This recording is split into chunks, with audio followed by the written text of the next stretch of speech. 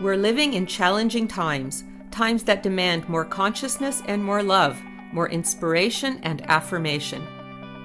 We all want to be happier, healthier, and more connected. We all need to move out of the darkness and into the light. I believe that we'll get there by working on being our best selves and living our best lives. In this podcast, I've invited an eclectic group of guests whose stories are inspiring, informative, and uplifting. Each guest is here to guide you, enlighten you, and encourage you to become the very best version of yourself. Each episode will be filled with insights, humor, and essential life hacks.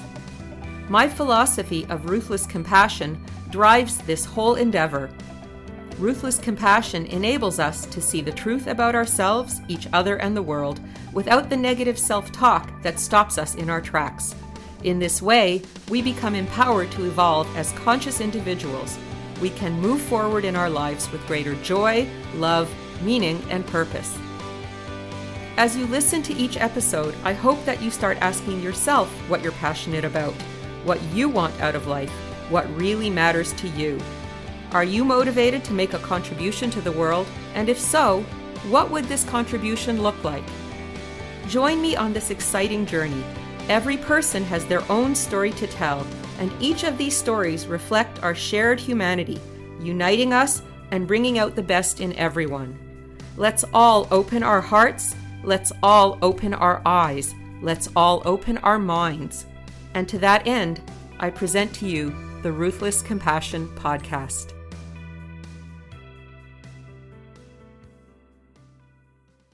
Christina Crook is the award-winning author of The Joy of Missing Out, Finding Balance in a Wired World, which has established her as a leading voice on human flourishing in a digital age.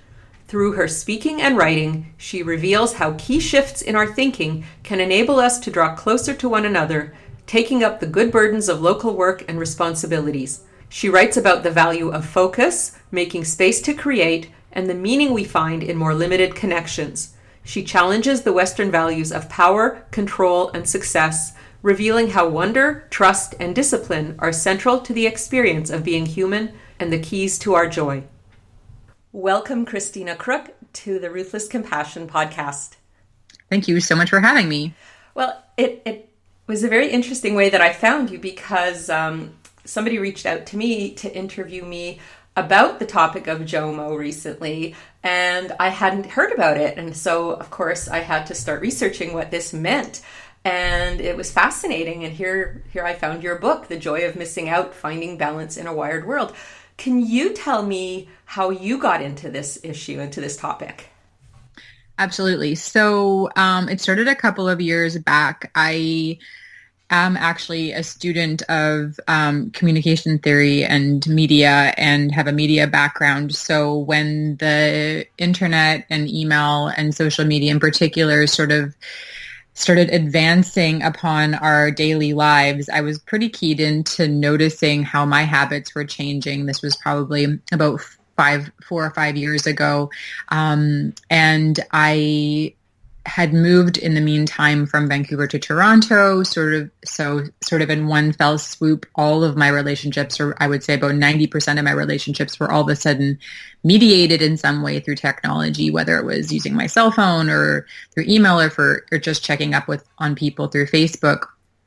And I started to feel really uncomfortable with how my habits were changing and how I wasn't really going through the work of connecting more deeply with people. I was just sort of, as we often do, just sort of scrolling through people's social feeds and feeling like we know what's happening in their lives. But of course, there's a lot more going on beyond the surface. And so I decided that I wanted to figure out what would happen if I lived without the internet, if I didn't have sort of that crutch or that buffer between me and other people. And so I went completely offline. I ditched the internet for 31 days, and I took that time instead to, I used an older technology, a typewriter, and wrote a letter each day to one particular friend every single day, chronicling my experience offline and sort of ruminating on yeah, what I was noticing in culture and on all of that. So sort of fast forward to after that experiment, that kind of started me on this journey of writing on this topic, and then obviously writing my book. So that's sort of where it began. That's really interesting. I have like a million questions on my mind already. But the one thing I want to ask you is, how did you get your information about the world when you went offline? So when you do not have the internet, you really have to rely on other people. You have to rely on them for all sorts of things. And one of the things in particular was information. I didn't know about the latest meme or the newest story breaking in the news. But what I quickly realized is that the big stories, like the really big stories, people are talking about them. So even at the coffee shop, I was waiting in line or chatting with the barista because I wasn't staring at Instagram, the people were talking about the stories. So actually when I was offline, I don't know if people will remember this, but there was the dress meme. So there was like this dress that was circulating online, and it was like the debate was, is it blue or is it purple? If I'm getting a blank stare from listeners, you won't remember it, but it was this big story. Yes, I remember. Is it white and gold or black and blue? Right. And so it sort of like highlights how perhaps unimportant being up on the latest news is. Like I was pretty okay missing that. But in terms of the really big breaking stories, they still got to me through other people. But obviously I wasn't able to do work in the same way. I did have to file 2 stories. I was still freelancing at the time, and I had to send them on a USB stick in the mail. One of them got lost through Canada Post. So that was definitely one of those moments where I went, yeah, email, is definitely a blessing and a curse, but I was missing email, at that point because it's free. It didn't cost me $20, to file my story. But yeah, there were definitely challenges, but I would say the good far outweighed the bad. By a mile. So let's talk about the good. What were the positive things that you experienced when you went offline for a month? Yeah, I think the first thing was really realizing how much of a false sense of control the web had given me, which sounds maybe like a negative thing, but I'll explain why it's a positive. The first day, because, the writer and editor in me likes to be able to make changes to things, especially words. I'd set up a blog about the experiment. It was called Letters from a Luddite. And the very first day, I realized that there was a line that I didn't like, that I wanted to tweak. And it was like really, bothering me for about an hour the first day in. But I couldn't do anything about it. There was nothing I could do about this to make a change. And I had to relinquish control. I had to let it go. And I would say that my experiment was really this incredible exercise in letting go of all the ways in which I control my image and my online presence to sort of portray a particular persona. That was really the first huge one. I would say the second one, and I think this resonates the most with people when I speak to them, is just the fact that my mind became so clear. It was like my brain before going off the internet was like a big black chalkboard that was covered in writing from just edge to edge. And it was so chock full, pun intended, of words and ideas and conflicting thoughts and all the things sort of bombarding me.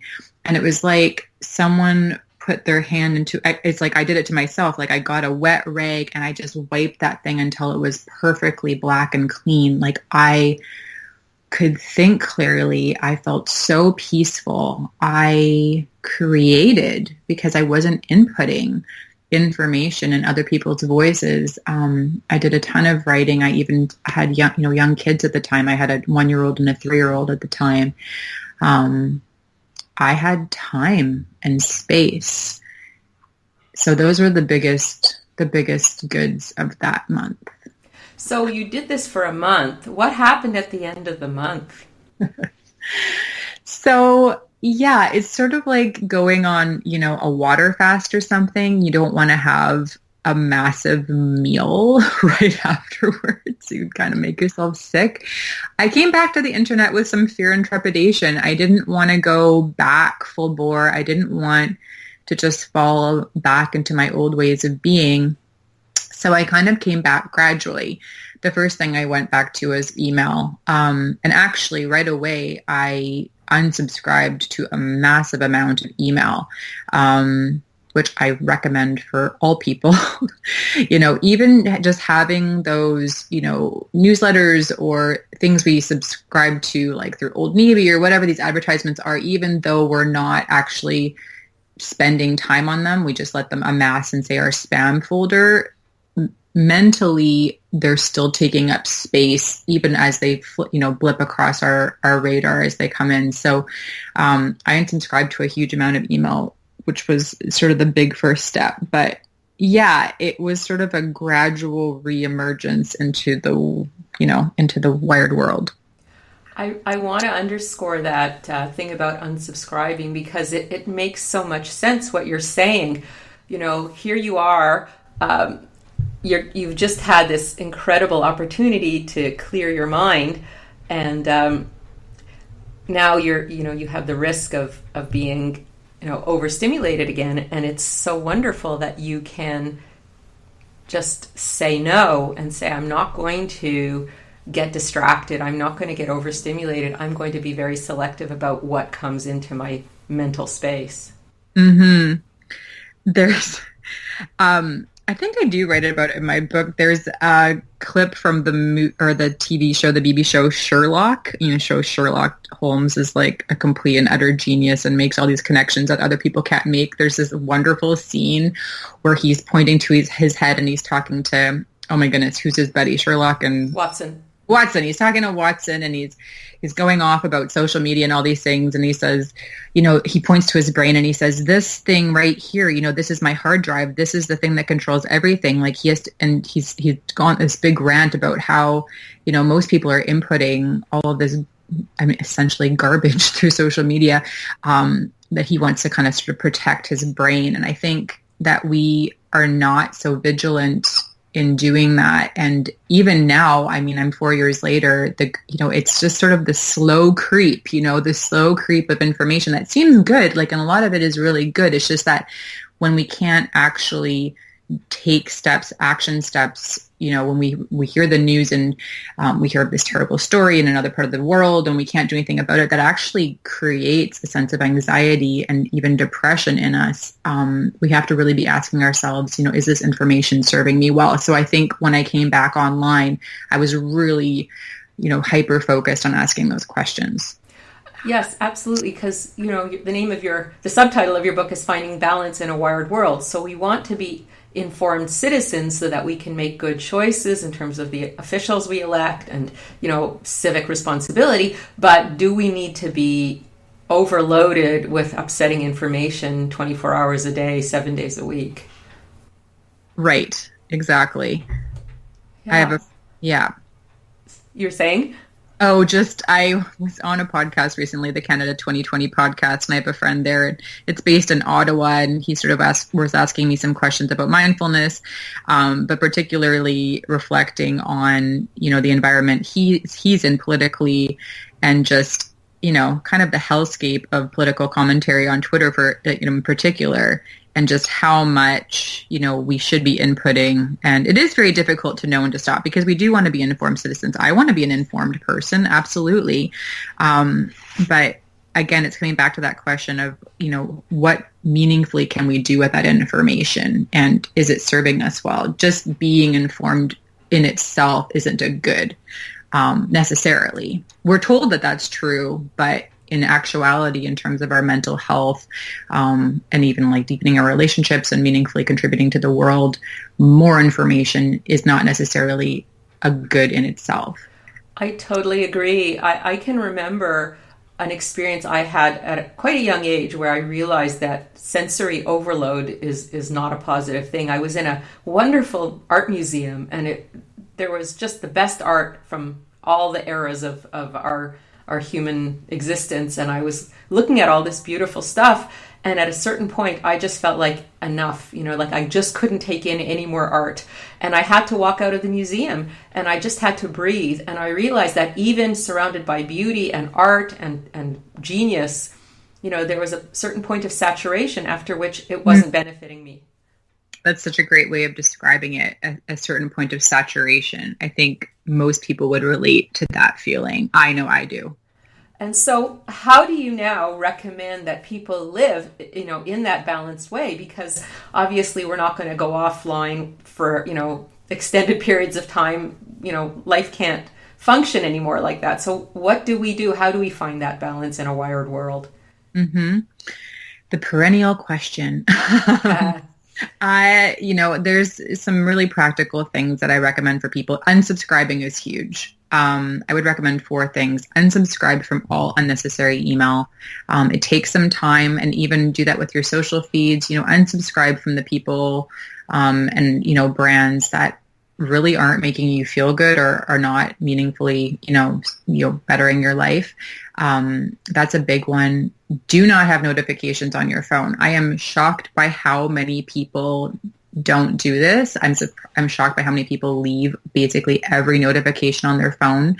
It is such an anxiety-inducing thing to see those messages and those alerts scroll into the front of your phone. And you're not actually mindfully choosing to engage with any of that information. You're just reacting. So if you really need to have one platform on with notifications due to your work or Slack or whatever that is, then leave that one on, but try and just close the rest of those down.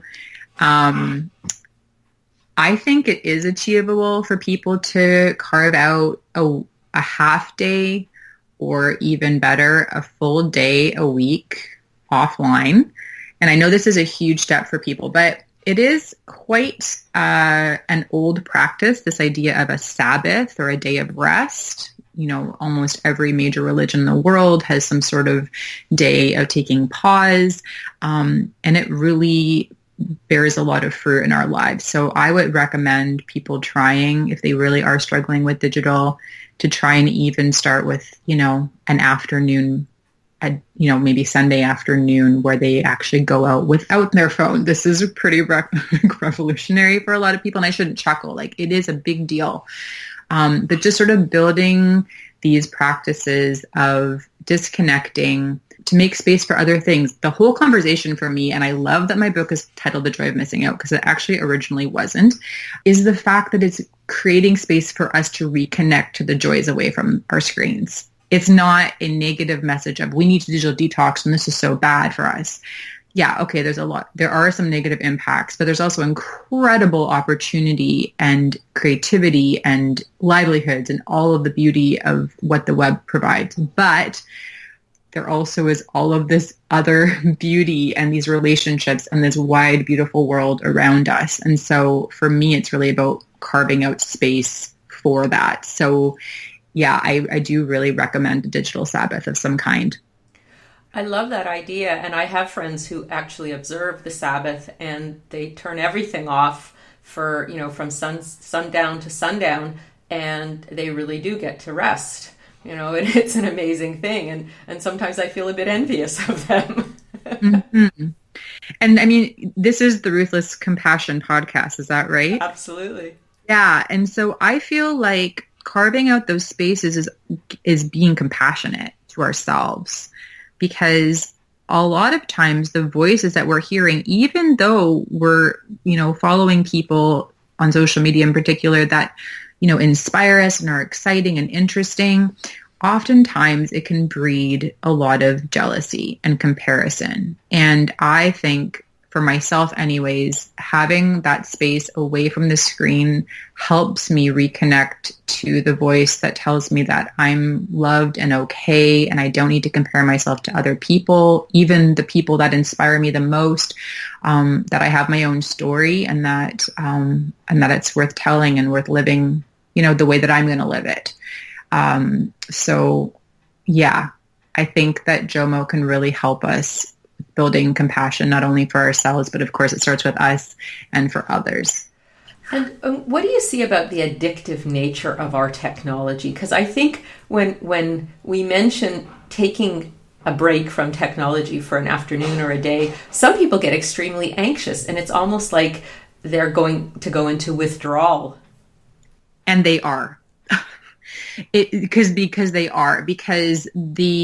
primary, 4 big platforms that we use every day, Google, Facebook, Instagram, they all are designed to feed off of our weaknesses, our neural weaknesses. So I don't know if some people will remember this, but I remember when Facebook added their right-hand column real-time updates to their home screen. That didn't used to exist. Well, they figured out that if you can see real-time updates from people as they're posting them, the likelihood of you staying on Facebook for another 12 minutes goes through the roof. That is feeding off of our neural weakness. We want new things. We want to be a part of what's happening in people's lives. So the addictive nature piece is just a reality. We are being addicted to these technologies. It's done very intentionally. There is a persuasive technology lab down at Stanford University. Pretty much everyone that works in Silicon Valley has gone through this persuasive technology program, and that's what it is. It's persuading us to spend more time, and that's how they make money, right? The more clicks, the more time spent on a platform, the more money they make. It's a very, very simple equation. So we are really fighting back against Goliath. It is a giant. It is a giant that we're pushing back against, a giant attention sucker. So when you have those feelings, it's normal. It sucks. It totally sucks, but it's worth it. That's my sell. Well, no, absolutely. I think that it's like with any kind of withdrawal. At first, it's uncomfortable, it's unpleasant, but then you achieve freedom and you have that space in your mind. You have that clarity, you have that peace, and then you can be creative. You can connect to other people. You can commune with nature. You can really figure out what you truly want and what you need to do to be happy in life. So I think we all have to go through that initial withdrawal period that's not pleasant, but then on the other side of it, there's freedom. Mm-hmm, absolutely. And I think another part of being disconnected, and I know you were going to ask me kind of about what I'm working on now, but I think something that I'm thinking a lot about now, because my book's been out for a couple of years, is really the importance of stepping away from our screens to really see what's happening right in front of us, in terms of just like our neighbors and our neighborhood. Because when we're constantly just bolting from one event to the next, when we're constantly busy, when we're constantly looking down at our screens or being plugged in with podcasts, we're not present to what's happening right in front of us. And I live in the Junction in Toronto. I love my neighborhood. My neighborhood's a really mixed neighborhood, very different socioeconomic brackets sort of in the pocket that I'm in. And, there's real neighbors right around me that have real needs. And, if I go outside and garden, even for half an hour, I'll almost always strike up a conversation with one of them. And I get to hear what's happening. There's 2 single moms across the street, one very newly single, one who just had a baby on her own. And like they have real needs. And if I'm constantly plugged in and constantly just doing, I don't have space to even notice that they're there and that they have needs and that maybe I could serve them in some way. So I think that is a growing awareness for me. And in terms of just meaningfully engaging in our world and with each other, like we need to look up. We need to look up and see each other. I love that line. We need to look up and see each other. That just touches my heart. So actually, you brought it up on your own. What are you up to these days? You said you had a prompt.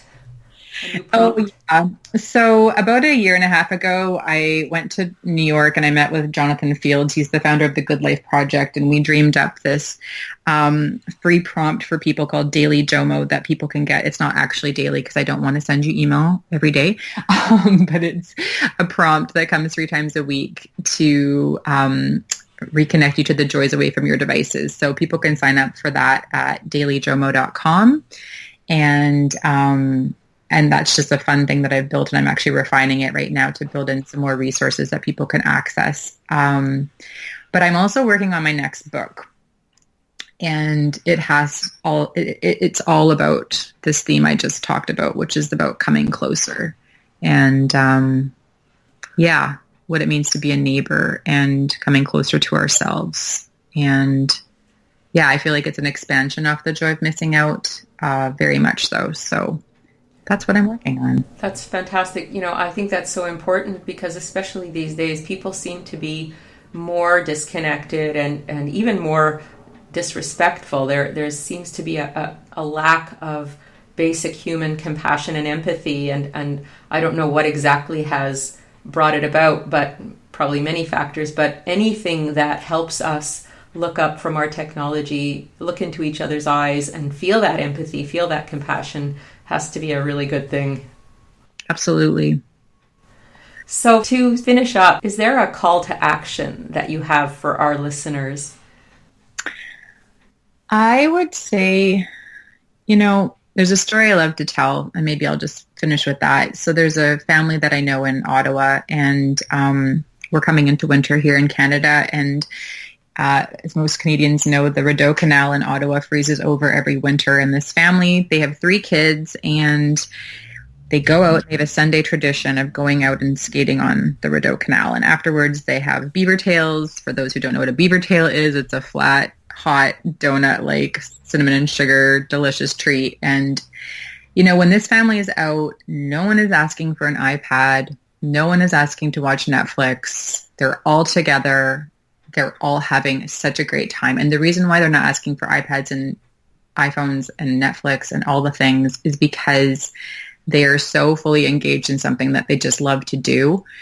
And so my call to action is find the things that you love away from your devices. Find the things that you truly find deep, deep joy doing.